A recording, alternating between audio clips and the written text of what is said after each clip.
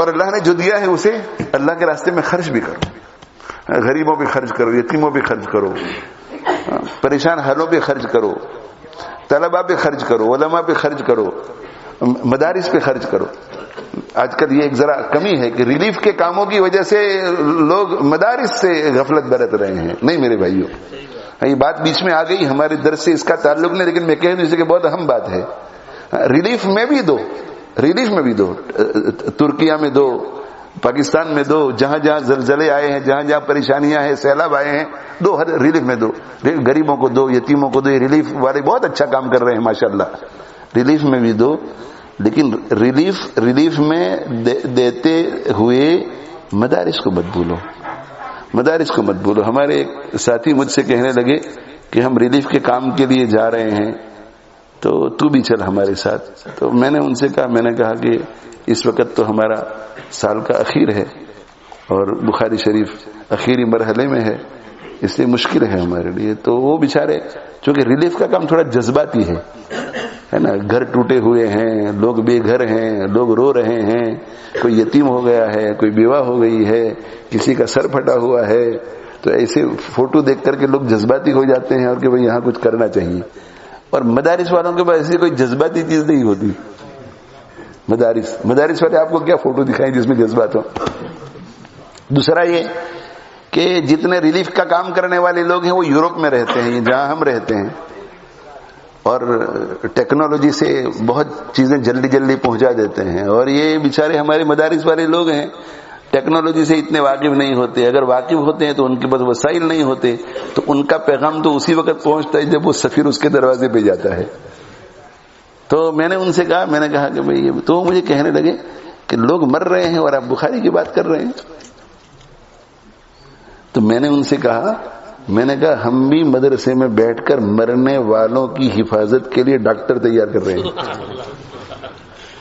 میں نے کہا وہ ترکیہ میں لوگ جسمانی موت مر رہے ہیں اور دنیا میں بہت سارے مسلمان روحانی موت مر رہے ہیں، تو یہ روحانی موت مر رہے ہیں، ان کی فرسٹ ایڈ کے لیے، ان کے علاج کے لیے، ان کے آپریشن کے لیے ہم یہ ڈاکٹر تیار کر رہے ہیں۔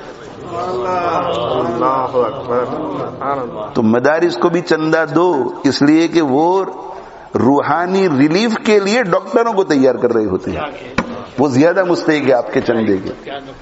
اور عرض یہ کر رہا ہوں کہ ریلیف میں بھی دو، یہ نہیں کہتا کہ مدارس ہی کو دو، نہیں، مدارس زندہ رہے، مدارس آباد رہے، مدارس باقی رہے، مدارس کو بند کرنے کی نوبت نہ آئے، یہ امت کی ذمہ داری ہے۔ اس لیے یہ جو سفراء آتے ہیں بیچارے دور دور سے رمضان مبارک میں، ہمیشہ ان کا حق رکھو کہ نہیں، یہ اتنا ریلیف کے لیے، اتنا مدارس کے، اتنا ریلیف کے لیے، اتنا مدارس کے لیے۔ دوسرا یہ ہے کہ جہاں کہیں ایسے حادثات پیش آتے ہیں تو آپ سنتے ہیں کہ دنیا کی حکومتیں چندے کا اعلان کرتی ہے، ہم اتنا بھیجیں گے، ہم اتنا بھیجیں گے، ہم اتنا بھیجیں گے۔ چاروں طرف سے عوام کے بھی جذبات، لوگ جاتے ہیں، بہت ریلیف کا کام کرتے ہیں، حکومتوں کی طرف سے سب کچھ ہوتا ہے۔ مدارس والوں کے لیے تو کوئی حکومت اعلان نہیں کرتی، ان کو کون دے گا؟ ہم نہیں دیں گے تو ان کو کون دے گا؟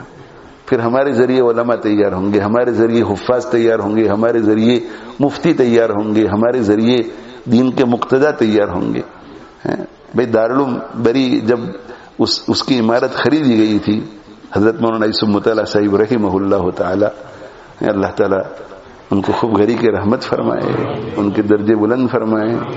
حضرت مولانا ہاشم صاحب دامت برکاتہم اللہ ان کو صحت کاملہ عاجلہ مستمرہ دائمہ عطا فرمائے۔ یہ ہمارے دو بڑے حضرات ہیں، اور تیسرے حضرت مولانا اسلام الحق صاحب رحمہ اللہ تعالی، اللہ ان کے درجے بلند کرے، وہ ہمارے بخاری شریف کے شیخ ہیں۔